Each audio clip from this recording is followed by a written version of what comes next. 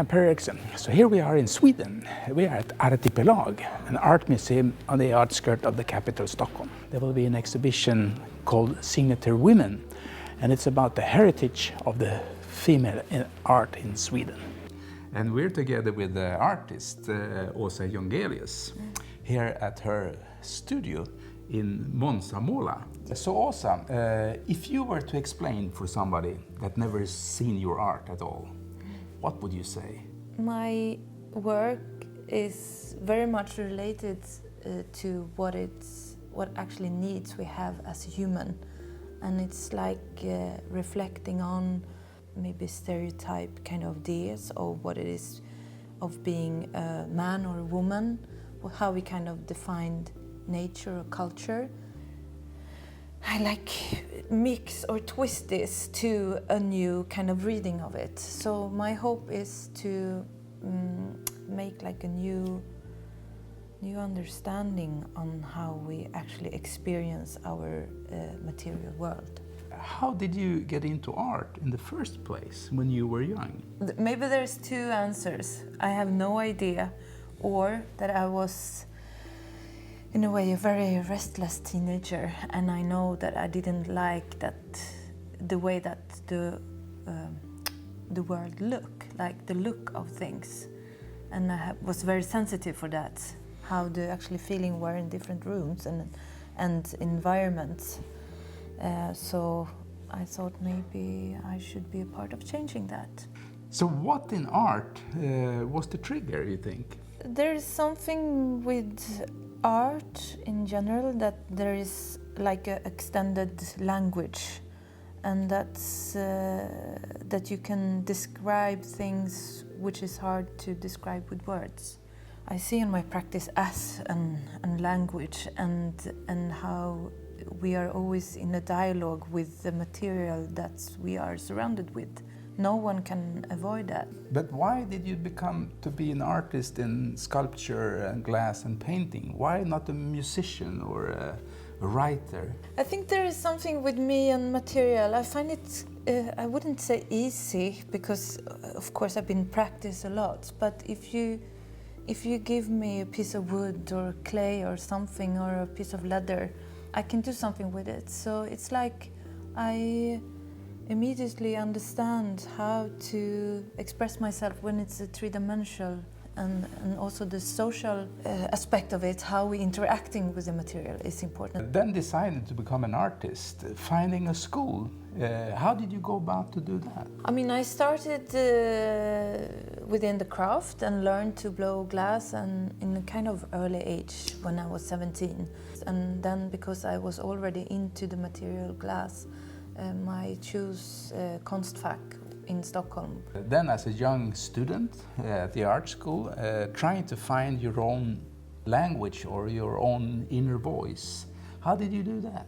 I've always been interested in how material are related to an economical and political situation. You can always like trace these questions within the material.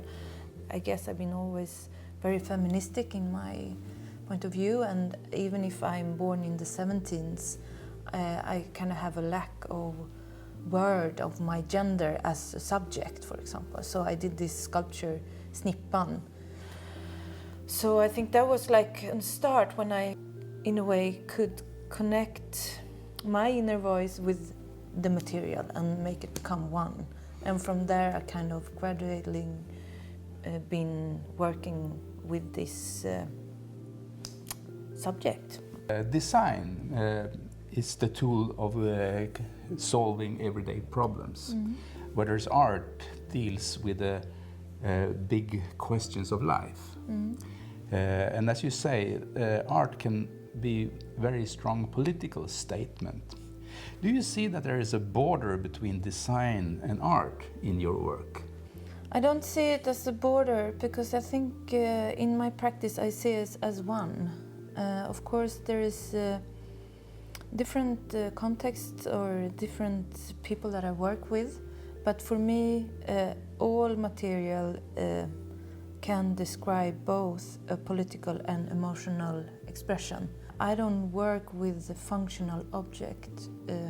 I mean, to sort a problem, because I think as long as there is human, we would need a glass or a cup to drink of, and so it's a kind of needs that I'm interested in. So I'm more interested in the like social act and how you as a human always interacting with functional objects. The first step for me is always to visit the place and to meet the people that are active there. Sometimes I also, as a method, use walking, and sometimes I also need to stay overnight. And then I start to collect, like, what kind of information do I get from this site? Because I think in each material you have like a history that you can trace, and then you can kind of separate that. So I start to collect in my studio, and also for me it's important to be by myself in the studio. Here in my studio I have like different rooms from different types of action. What a fantastic studio, but it looks like there's a big project going on in the whole studio. Is that a fact?